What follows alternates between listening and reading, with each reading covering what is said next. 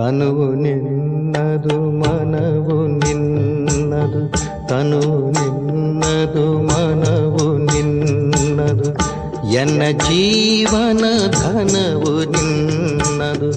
ನಾನು ನಿನ್ನವನೆಂಬ ಹೆಮ್ಮೆಯ ಋಣವು ಮಾತ್ರವೇ ನನ್ನದು. ತನು ನಿನ್ನದು ಮನವು ನಿನ್ನದು.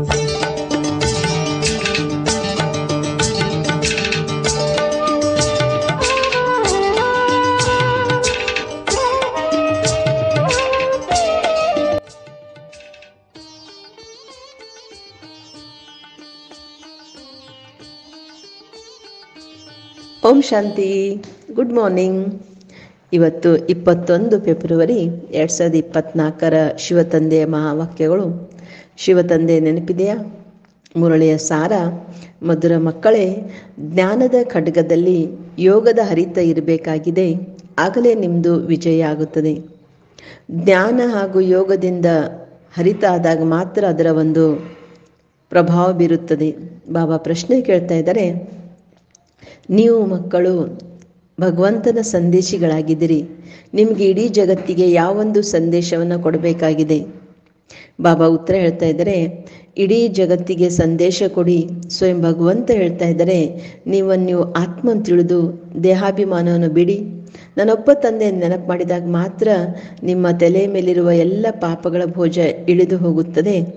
ಒಬ್ಬ ತಂದೆ ನೆನಪಿನಿಂದ ನಾವು ಪಾವನರಾಗ್ತೇವೆ. ಅಂತರ್ಮುಖಿ ಮಕ್ಕಳು ಈ ರೀತಿ ಒಂದು ಸಂದೇಶವನ್ನು ಎಲ್ಲರಿಗೂ ಕೊಡಬೇಕಾಗಿದೆ. ಓಂ ಶಾಂತಿ.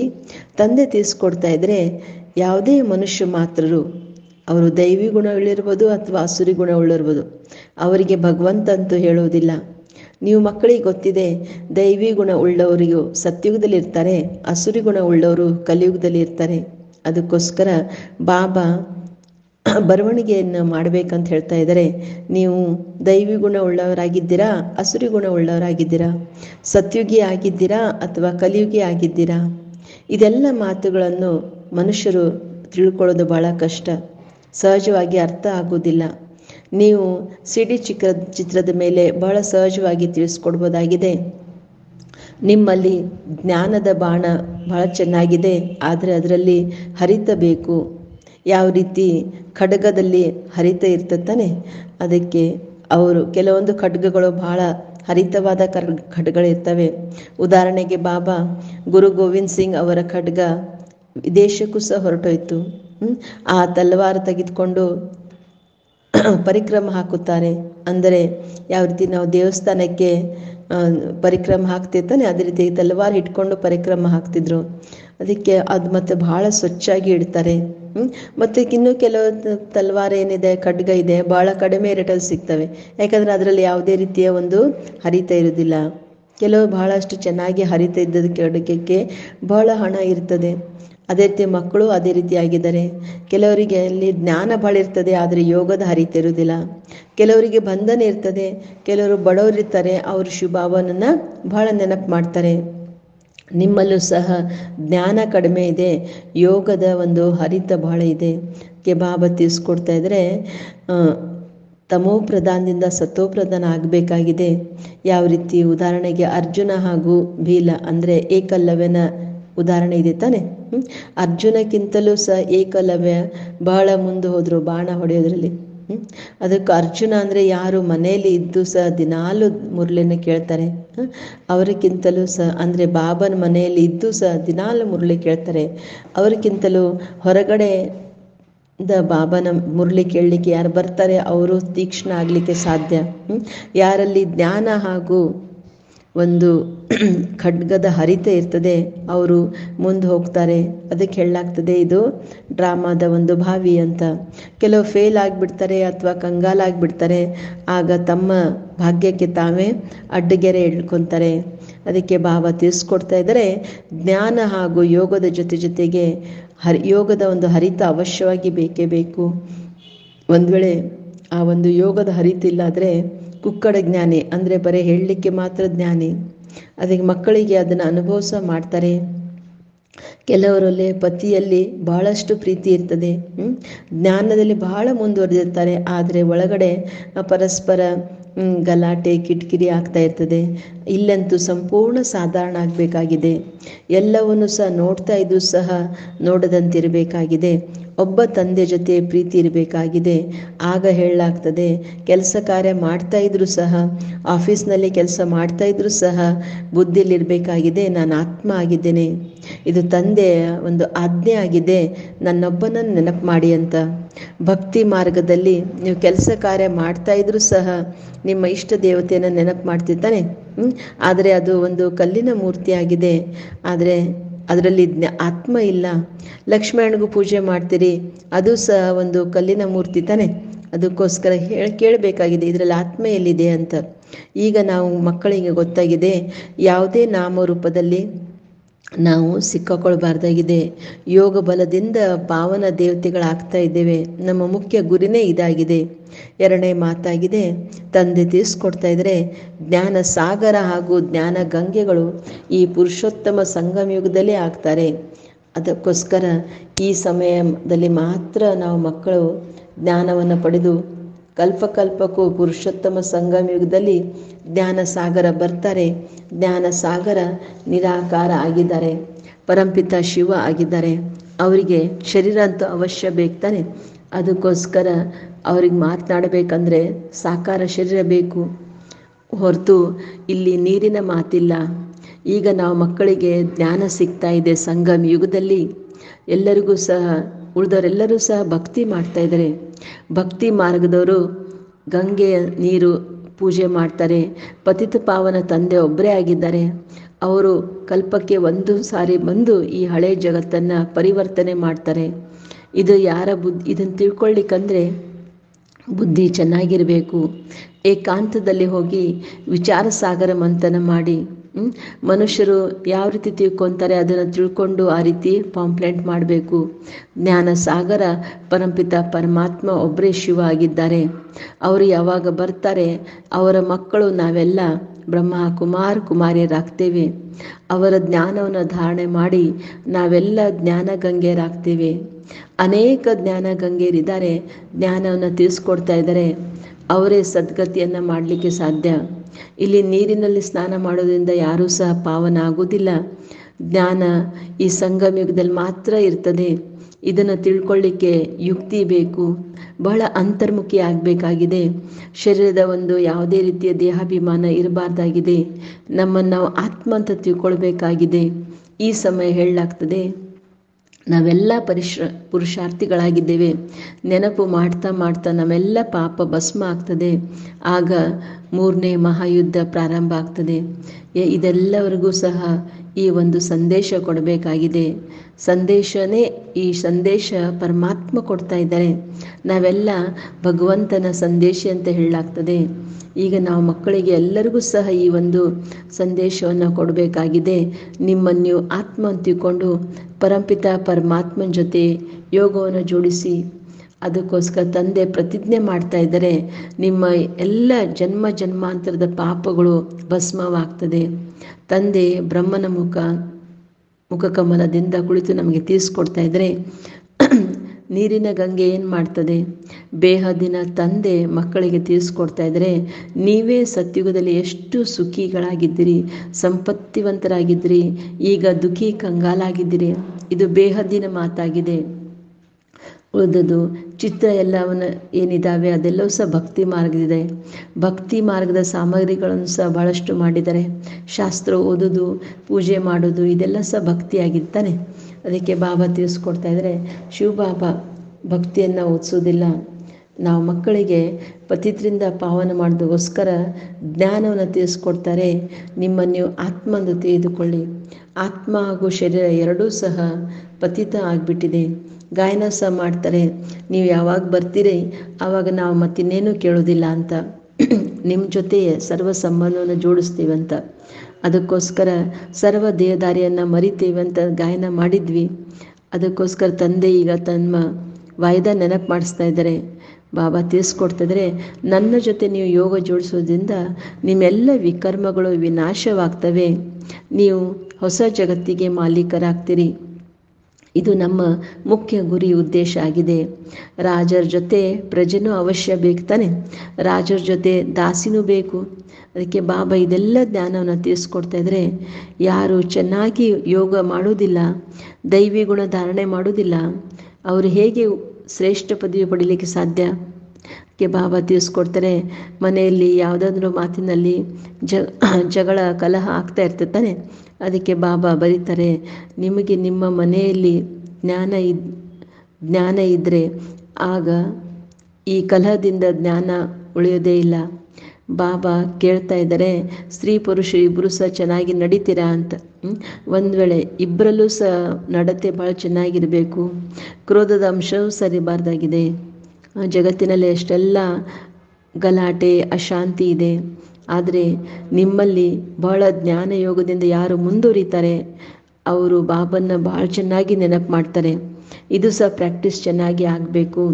ನಮ್ಮ ಬುದ್ಧಿ ವಿಶಾಲ ಆಗಬೇಕಾಗಿದೆ.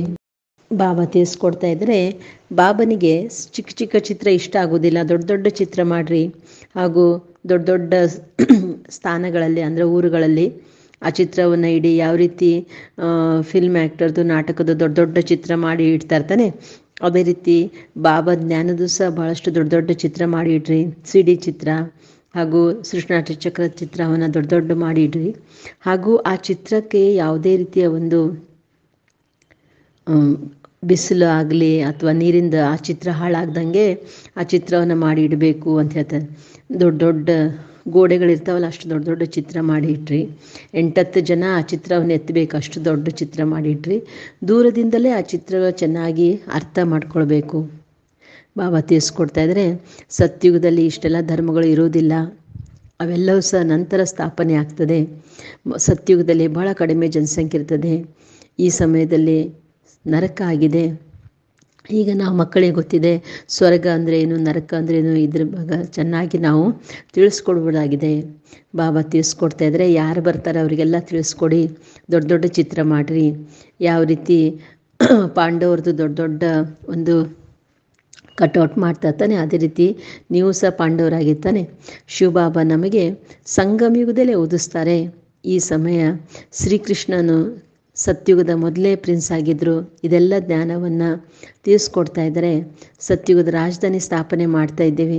ಕೆಲವರು ಶಿಕ್ಷಣ ಓದ್ತಾ ಬಿಟ್ಬಿಡ್ತಾರೆ. ಉದಾಹರಣೆ ಕೊಡ್ತಾ ಇದ್ದಾರೆ ಬಾಬಾ, ಸ್ಕೂಲ್ನಲ್ಲಿ ಶಿಕ್ಷಣ ಓದಿ ಮತ್ತೆ ಬಿಟ್ಬಿಡ್ತಾರೆ.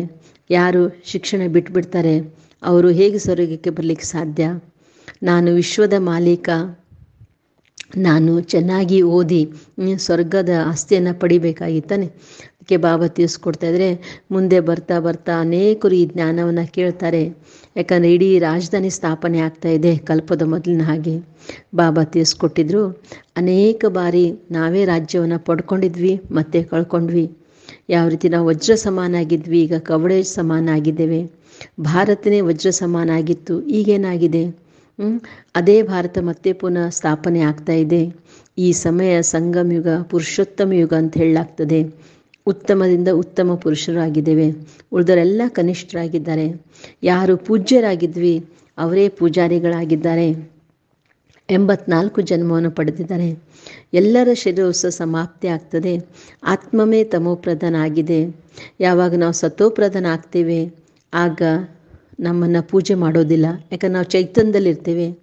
ಈಗ ಶಿವಬಾಬಾ ನಾವು ಚೈತನ್ಯದಲ್ಲಿ ನೆನಪು ಮಾಡ್ತೇವೆ. ಯಾವಾಗ ನಾವು ಪೂಜಾರಿಗಳಾಗ್ತೇವೆ ಆಗ ಕಲ್ಲು ಮೂರ್ತಿಯನ್ನು ಪೂಜೆ ಮಾಡ್ತೇವೆ. ಆದರೆ ಈಗ ಬಾಬಾ ಚೈತನ್ಯದಲ್ಲಿದ್ದಾರೆ, ಅವ್ರದ್ದೇ ಮತ್ತೆ ಪುನಃ ಕಲ್ಲಿನ ಮೂರ್ತಿ ಮಾಡಿ ದ್ವಾಪರ ಯುಗದಿಂದ ನಾವು ಪೂಜೆ ಮಾಡಲಿಕ್ಕೆ ಶುರು ಮಾಡ್ತೇವೆ. ರಾವಣ ರಾಜ್ಯದಲ್ಲಿ ಭಕ್ತಿ ಆರಂಭ ಆಗ್ತದೆ. ನಾವೇ ಆತ್ಮಗಳು ಭಿನ್ನ ಭಿನ್ನ ಶರೀರ ಧಾರಣೆ ಮಾಡಿ ಇಳಿತಾ ಬಂದ್ವಿ. ಆಗ ಭಕ್ತಿ ಆರಂಭವಾಯಿತು. ಬಾಬಾ ಮತ್ತೆ ಬಂದು ನಮಗೆ ಜ್ಞಾನ ಕೊಟ್ಟು ನಮ್ಮ ಹಗಲು ಆರಂಭವಾಗಿದೆ. ನಾವು ಬ್ರಾಹ್ಮಣರಿಂದ ದೇವತೆಗಳಾಗಬೇಕಾಗಿದೆ. ಈಗ ನಮಗೆ ದೇವತೆ ಅಂತ ಹೇಳೋದಿಲ್ಲ. ಬ್ರಹ್ಮ ಸತ್ಯುಗದಲ್ಲಿ ಇರೋದಿಲ್ಲ. ಈಗ ಸಹ ಬ್ರಹ್ಮ ತಪಸ್ಸು ಮಾಡ್ತಾ ಇದ್ದಾರೆ. ನಾವೆಲ್ಲ ಮನುಷ್ಯರಾಗಿದ್ದೇವೆ. ಬಾಬಾ ತಿಳಿಸ್ಕೊಡ್ತಾ ಇದ್ದರೆ, ಶಿವಬಾಬನಿಗೆ ಶಿವ ಎಂದು ಹೇಳಲಾಗ್ತದೆ. ಆದರೆ ಬಾಬಾ ತಿಳಿಸ್ಕೊಡ್ತಾರೆ, ಇನ್ಯಾರೂ ಸಹ ಈ ಶಿವಬಾಬಾನೊಂದು ಹೆಸರನ್ನು ಇಟ್ಕೊಳ್ಳೋಕ್ಕೆ ಸಾಧ್ಯ ಇಲ್ಲ. ಬ್ರಹ್ಮಬಾಬರಲ್ಲಿ ಮಾತ್ರ ಶಿವಭಾವ ಹೊರತು ಬೇರೆ ಯಾವ ಶರೀರದಲ್ಲಿ ಶಿವಭಾವ ಬರೋದಿಲ್ಲ. ಬಾಬಾ ತಿಳಿಸ್ಕೊಡ್ತಾ ಇದ್ದಾರೆ, ತಂದೆ ಜ್ಞಾನ ಸಾಗರ ಆಗಿದ್ದಾರೆ. ಬ್ರಹ್ಮನ ತನುವಿನ ಮೂಲಕ ನಮಗೆ ಜ್ಞಾನವನ್ನು ಕೊಡ್ತಾ ಇದ್ದಾರೆ. ಈ ಚಿತ್ರವು ಸಹ ಬಹಳಷ್ಟು ತಿಳಿಸುವಂಥ ಚಿತ್ರ ಆಗಿದೆ. ಇದರಲ್ಲಿ ಸ್ಪಷ್ಟವಾಗಿ ಬರೀಬೇಕಾಗಿದೆ, ಪತಿತ ಪಾವನ ತಂದೆ ಆಗಿದ್ದಾರೆ ಅಥವಾ ನೀರಿನ ನದಿಗಳಾಗಿದ್ದಾರೆ. ಜ್ಞಾನ ಸಾಗರ ಅವನಿಂದ ನಾವೆಲ್ಲ ಜ್ಞಾನ ಪಡ್ಕೊಂಡು ನಾವೆಲ್ಲ ಜ್ಞಾನ ಗಂಗೆಯರು ಬ್ರಹ್ಮ ಕುಮಾರಿಯಾಗಿದ್ದೇವೆ. ಈ ಜ್ಞಾನ ನಮಗೆ ತಂದೆನೇ ತಿಳಿಸ್ಕೊಡ್ತಾ ಇದ್ದಾರೆ. ಬ್ರಹ್ಮನ ಮೂಲಕ ನಾವೆಲ್ಲರೂ ಸಹ ಬ್ರಾಹ್ಮಣರಾಗ್ತೇವೆ ಮತ್ತು ನಾವೇ ದೇವತೆಗಳಾಗ್ತೇವೆ. ವಿರಾಟ ರೂಪದ ಚಿತ್ರದಲ್ಲಿ ದೊಡ್ಡ ದೊಡ್ಡ ಚಿತ್ರ ಮಾಡಿ ಇದನ್ನೆಲ್ಲ ಜ್ಞಾನವನ್ನು ಸ್ಪಷ್ಟವಾಗಿ ತಿಳಿಸ್ಕೊಡ್ಬೇಕಾಗಿದೆ. ಈ ವಿರಾಟ ರೂಪದ ಚಿತ್ರ ಬಹಳ ಮುಖ್ಯ ಚಿತ್ರ ಆಗಿದೆ ಅಂತ ಬಾಬಾ ತಿಳಿಸ್ಕೊಡ್ತಾ ಇದ್ದಾರೆ. ಮಧುರ ಮಕ್ಕಳೇ, ಈಗ ನಿಮ್ಮದು ಬುದ್ಧಿ ಸಿವಿಲ್ ಬುದ್ಧಿ ಆಗಬೇಕಾಗಿದೆ. ಏನೇ ನೋಡಿದ್ರು ಸಹ ನಮ್ಮದು ಕುದೃಷ್ಟಿ ಇರಬಾರ್ದಾಗಿದೆ. ಯಾರು ಕುದೃಷ್ಟಿ ಇರ್ತಾರೆ ಅವರು ಈ ಜ್ಞಾನದಲ್ಲಿ ಮುಂದುವರಿಲಿಕ್ಕೆ ಸಾಧ್ಯ ಇಲ್ಲ. ಈಗ ನಾವೆಲ್ಲ ಆತ್ಮಗಳು ತ್ರಿಕಾಲದರ್ಶಿಯಾಗಿದ್ದೇವೆ. ಆದರೆ ಈ ಜ್ಞಾನವನ್ನು ಕೆಲವರು ಮಾತ್ರ ತಿಳ್ಕೊತಾರೆ, ಉಳಿದವರೆಲ್ಲ ಬುದ್ಧು ಆಗಿದ್ದಾರೆ. ತಂದೆಗೆ ಏನು ಮಾಡ್ತಾರೆ, ಫಾರ್ಕತಿ ಕೊಡ್ತಾರೆ, ಅಂದರೆ ಡೈವೋರ್ಸ್ ಕೊಡ್ತಾರೆ. ಬಾಬಾ ತಿಳಿಸ್ಕೊಡ್ತಾ ಇದ್ದಾರೆ, ಈಗ ರಾಜಧಾನಿ ಸ್ಥಾಪನೆ ಆಗ್ತಾ ಇದೆ, ಅದರಲ್ಲಿ ಎಲ್ಲರೂ ಸಹ ಬೇಕಾಗಿದೆ. ಅಂತಿಮದಲ್ಲಿ ಎಲ್ಲರಿಗೂ ಸಹ ಸಾಕ್ಷಾತ್ಕಾರ ಆಗ್ತದೆ. ಫಸ್ಟ್ ಕ್ಲಾಸ್ ದಾಸರು ಸಹ ಬೇಕಾಗಿದೆ.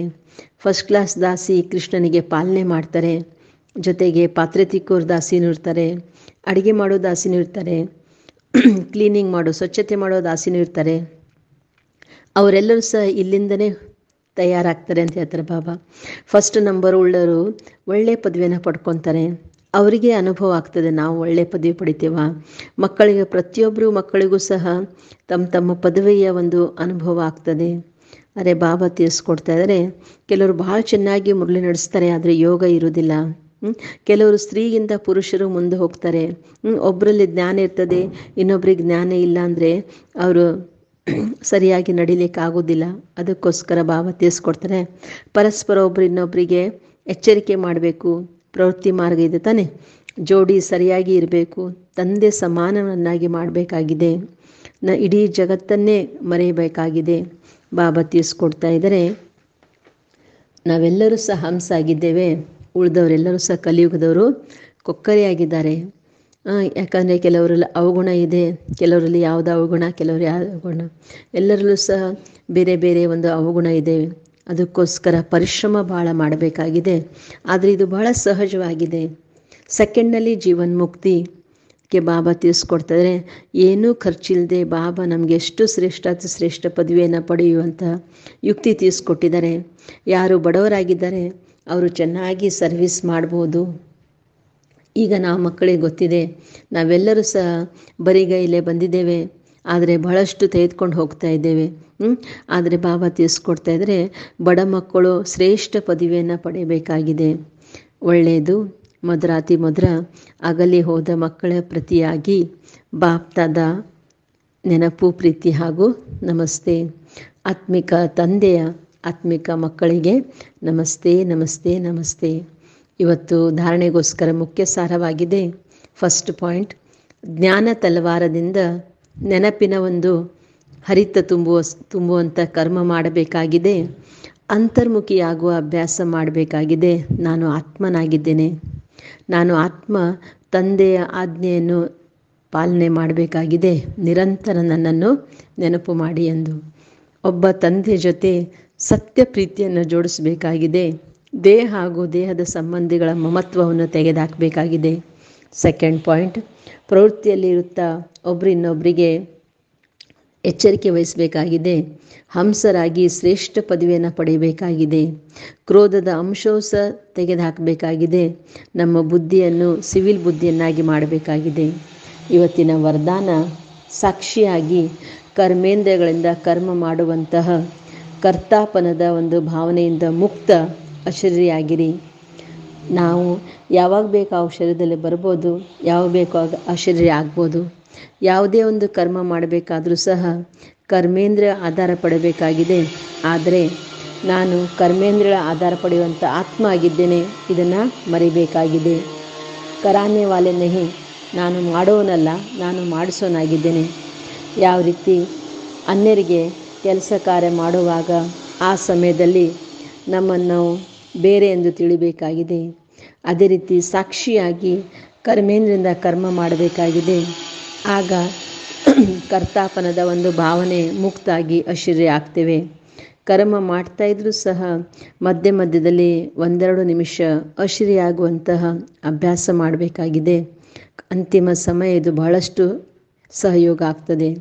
ಇವತ್ತಿನ ಸ್ಲೋಗನ್ ಆಗಿದೆ, ವಿಶ್ವರಾಜನ ಆಗಬೇಕಂದ್ರೆ ವಿಶ್ವಕ್ಕೆ ಸಕಾಶವನ್ನು ಕೊಡಬೇಕಾಗಿದೆ. ಓಕೆ, ಓಂ ಶಾಂತಿ.